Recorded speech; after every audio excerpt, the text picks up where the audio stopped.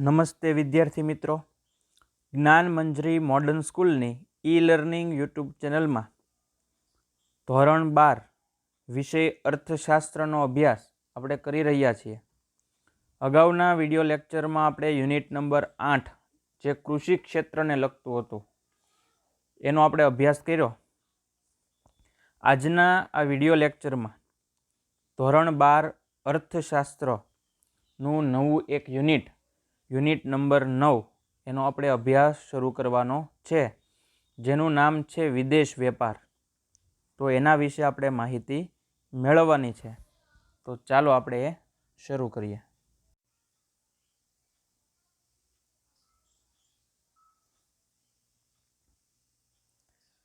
ધોરણ 12 વિષય અર્થશાસ્ત્ર યુનિટ નંબર 9 વિદેશ વેપાર. 9.1-2 એનો છે, 3 અને 5 અને 6 નથી. એની સિવાયના બધા ટોપિક છે એનો અભ્યાસ આપણે આ યુનિટમાં કરવાનો છે.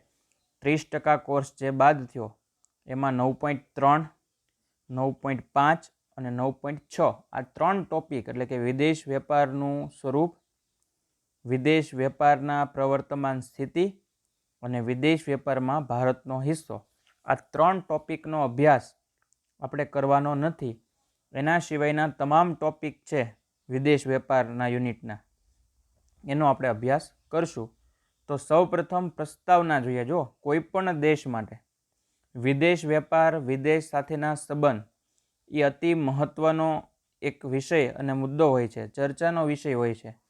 કેમ કે જે દેશને પોતાના અડોશ પડોશ એટલે આજુબાજુના દેશો સાથેના સંબંધો સારા, એટલો એનો ધંધો વ્યવસાય, એટલી એની સીમા સુરક્ષિત હોય છે. જો આડોશી પાડોશી સાથે એટલે આજુબાજુના દેશો સાથે જો વ્યવહાર સંબંધ સારો ન હોય તો ગમે ત્યારે આક્રમણનો ભય રહે છે. એટલા માટે દરેક દેશે બીજા દેશ સાથે અમુક પ્રમાણમાં તો વેપાર કરવો જ જોઈએ. આવો વેપાર ક્યારે કરી શકીએ? તો આવો વેપાર ત્યારે જ કરી શકીએ કે જે તે દેશમાં અમુક વસ્તુઓનું ઉત્પાદન પોતાનો દેશ વાપરી લે, પછી પણ વસ્તુનો વધારો થતો હોય, તેની નિકાસ કરીને, આ બધા વિદ્યાર્થી મિત્રો આયાત અને નિકાસ આ બંને શબ્દોથી પરિચિત છો, તો એનો નિકાસ કરવામાં આવે તો એવી રીતના એ કરી શકાય. તો આપણે જોઈએ સૌપ્રથમ પ્રસ્તાવના યુનિટ નંબર 9 વિદેશ વેપાર. આપણા દેશની અને તેમજ દરેક દેશની, આપણા દેશની તેમજ દરેક દેશની ભૌગોલિક હદ નિર્ધારિત હોય. દેશની હદની બહાર જવા આવવા પર કાયદાકીય નિયંત્રણો હોય અને ક્યારેક પ્રતિબંધ પણ હોય છે. તો પછી આપણે વિચાર્યું કે આપણા ઘરોમાં કોરિયાનું રેફ્રિજરેટર, જાપાનનું ટીવી, રસ્તા પર જર્મનીની કાર, ખેતરોમાં અમેરિકાના ટ્રેક્ટર, મોલમાં યુકેના વિવિધ પ્રકારની મશીનરીઓ, યુકેના બૂટ અને કપડાં શી રીતે આવે છે? શું આપણે જાણીએ છીએ કે આપણા દેશના વાહનો જે પેટ્રોલ અને ડીઝલથી ચાલે છે તેમાંના મોટા ભાગનું તેલ તો અખાતી દેશોમાંથી આવે છે. ઈરાન અને ઈરાક છે એ બધા દેશોમાંથી પેટ્રોલ અને ડીઝલનું ઉત્પાદન વધુ કરે છે, ત્યાંથી આવે છે. તો આ પ્રકરણમાં આપણે સમજીશું કે દેશની હદ બહારથી વસ્તુઓ, સેવાઓ, ટેકનોલોજીને વગેરેની આપ-લે થાય તો તે વિદેશ વેપાર કહેવાય. અને આ વેપારના કેટલાક અગત્યના પાસાઓ વિશે પણ સમજવું છે. તો આપણે સૌપ્રથમ પ્રસ્તાવના જોઈએ. તમે જો અલગ અલગ દેશમાંથી ઘણી બધી વસ્તુઓ ભારતમાં આવે છે.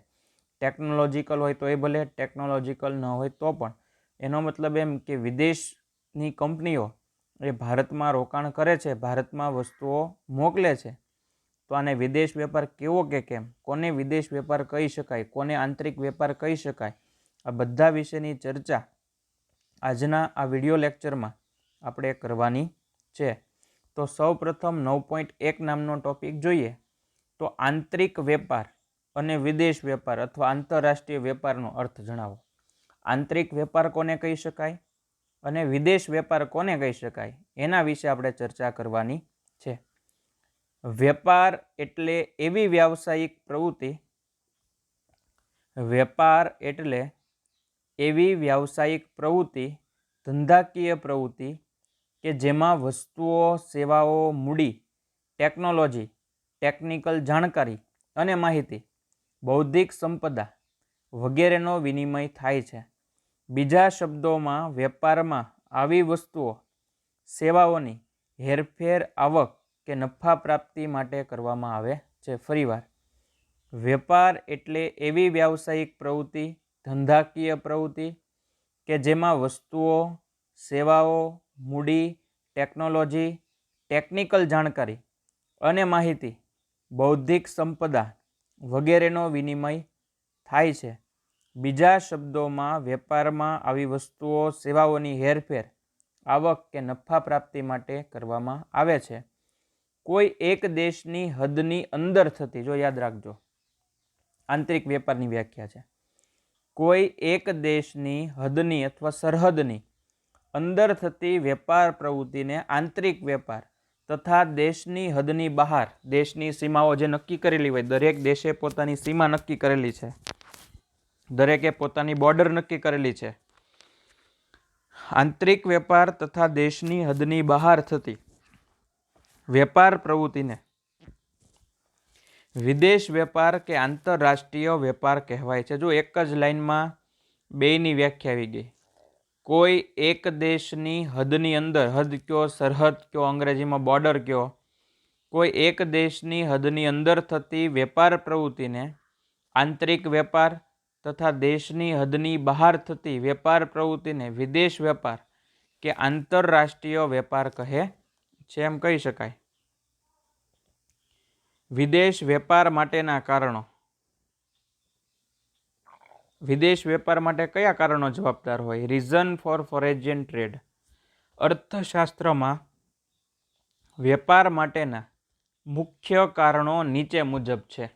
આપણે કહીએ વેપાર માટેના મુખ્ય કારણો નીચે મુજબ દર્શાવી શકાય. પહેલું છે દેશોમાં ઉપલબ્ધ ઉત્પાદનના સાધનોમાં તફાવત. ફરી એકવાર, દેશોમાં ઉપલબ્ધ ઉત્પાદનના સાધનોમાં તફાવત. દરેક દેશમાં, અલગ અલગ દેશોમાં ઉત્પાદનના સાધનો જુદા જુદા હોય છે. વળી બધી જ જાતના ઉત્પાદન માટે જરૂરી બધા જ પ્રકારના સંસાધનો પણ દરેક દેશ પાસે હોતા નથી.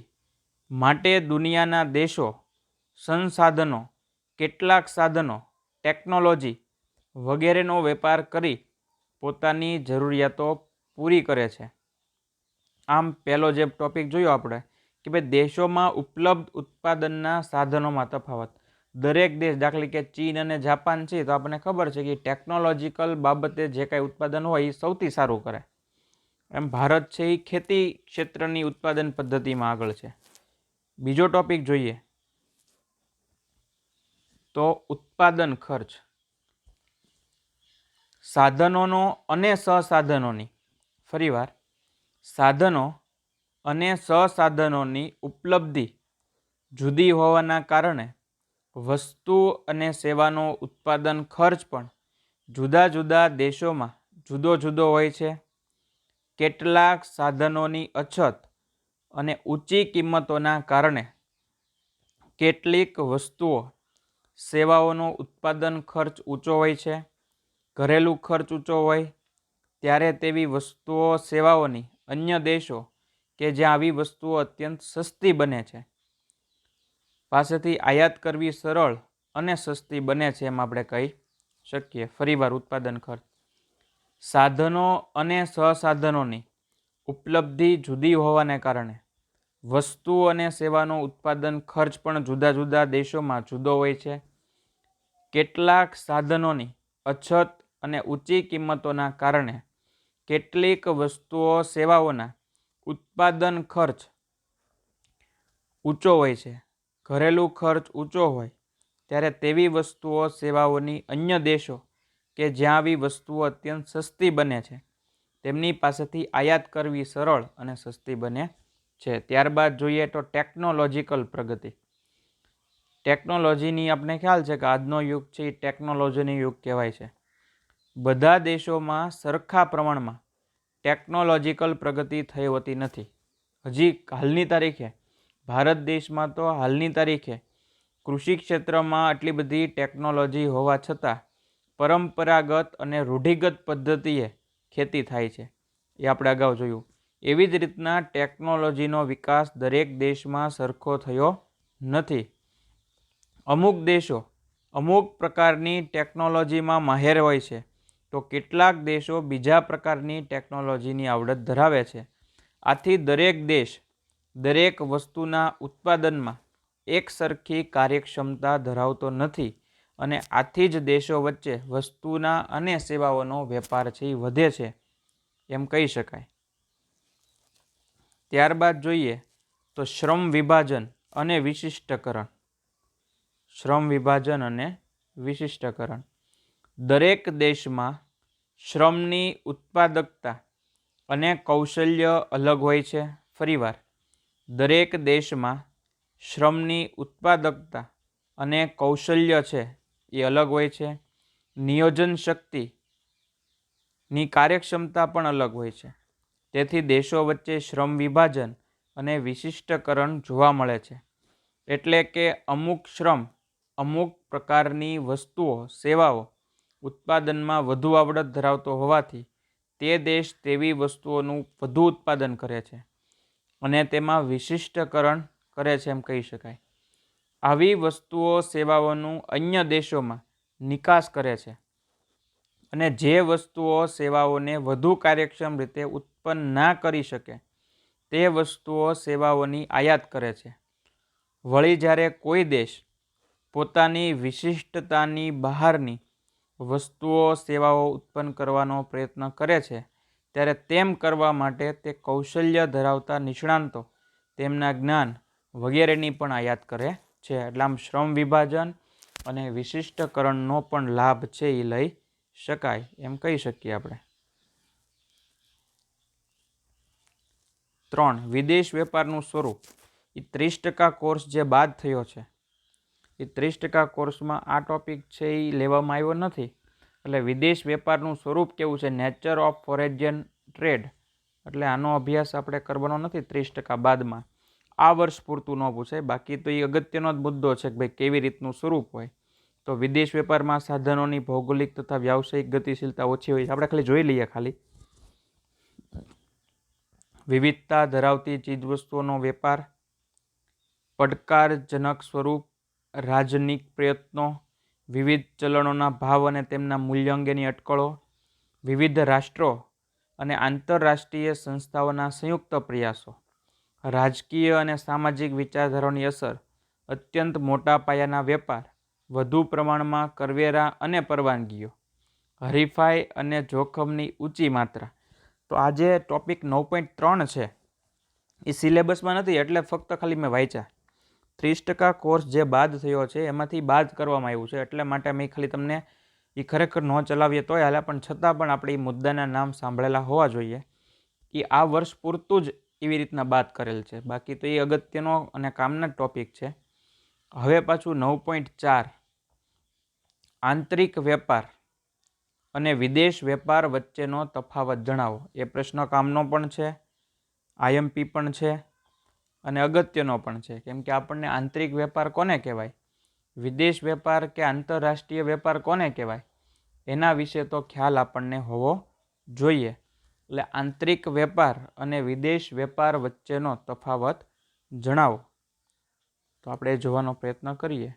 Difference between domestic trade and foreign trade. વિદેશ વેપારનું સ્વરૂપ અને પડકારો આંતરિક વેપાર કરતાં જુદા હોય છે અને તેમાં અંતરાયો વધુ હોય છે, તથા આથી તેમની વચ્ચેનો તફાવત જાણવો જરૂરી છે.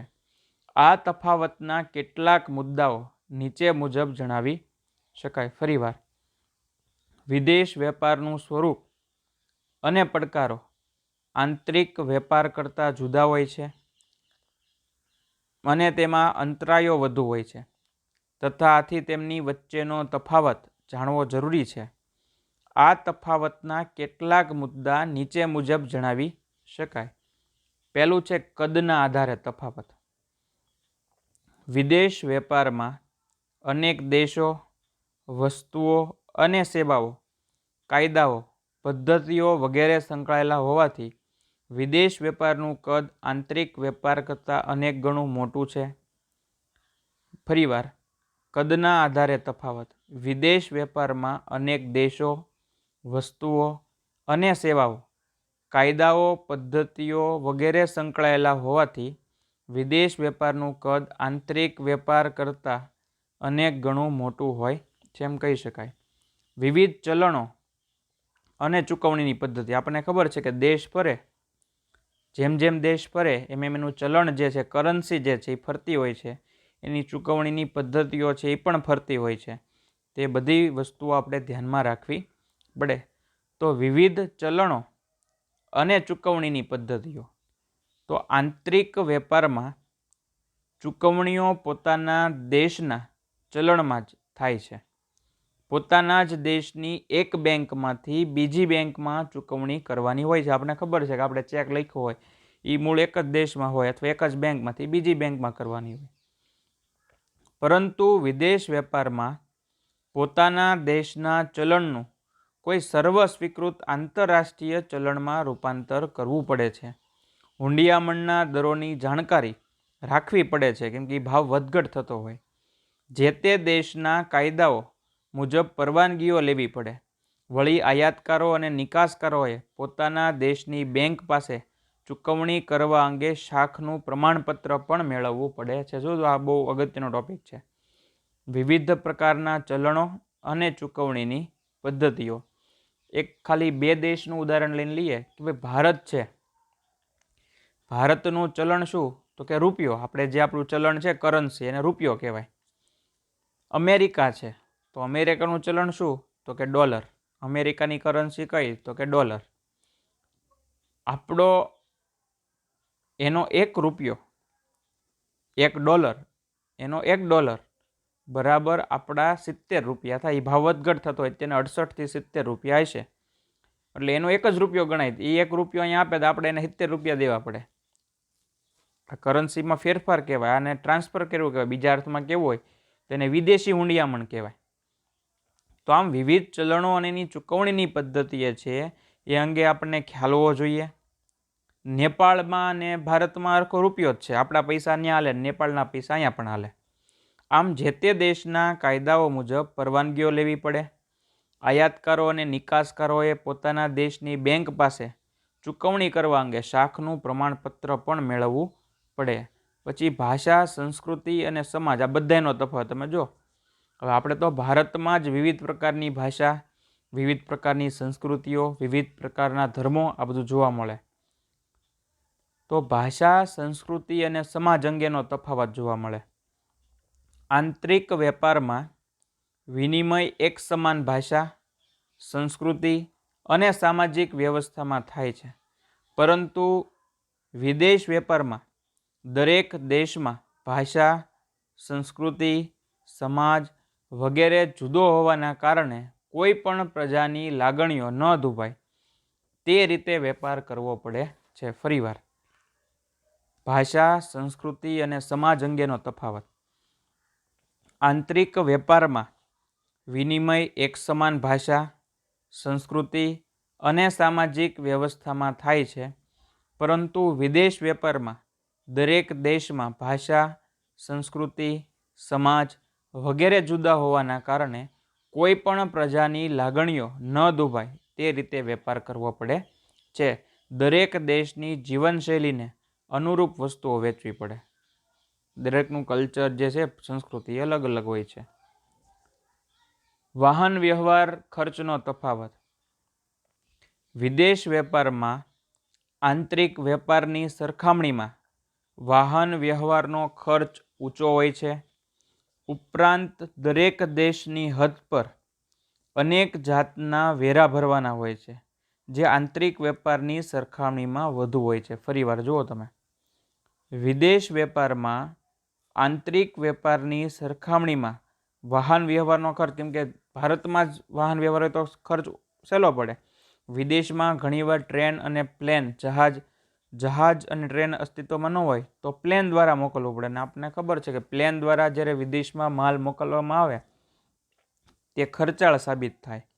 આમ દરેક દેશની હદ પર અનેક જાતના વેરા ભરવાના હોય છે, જે આંતરિક વેપારની સરખામણીમાં વધુ હોય છે. હરીફાઈનું પ્રમાણમાં તફાવત જોવા મળે.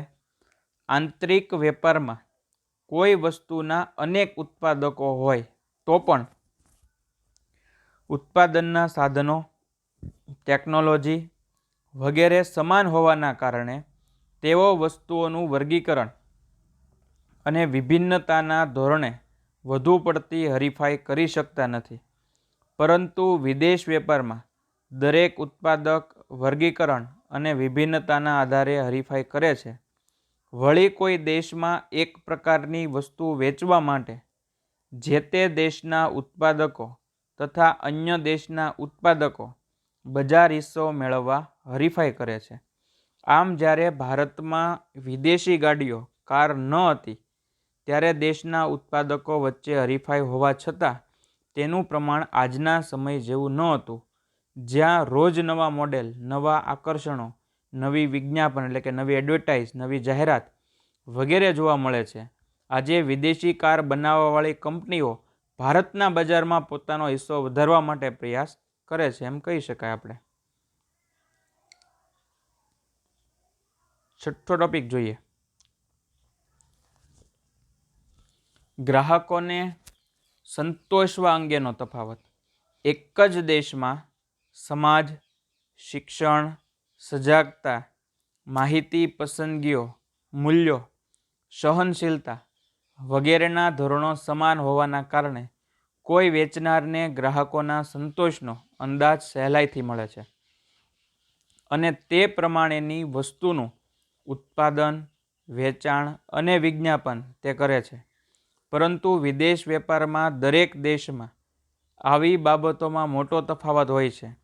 માટે વેચનારે દરેક દેશના ગ્રાહકોને સંતોષવા માટે વધુ મહેનત કરવી પડે છે. બીજા શબ્દોમાં, આંતરિક વેપારમાં ગ્રાહકના વર્તનની આગાહી કરી શકાય છે, જ્યારે વિદેશ વેપારમાં સહેલાઈથી આ પ્રકારની આગાહી કરી શકાતી નથી.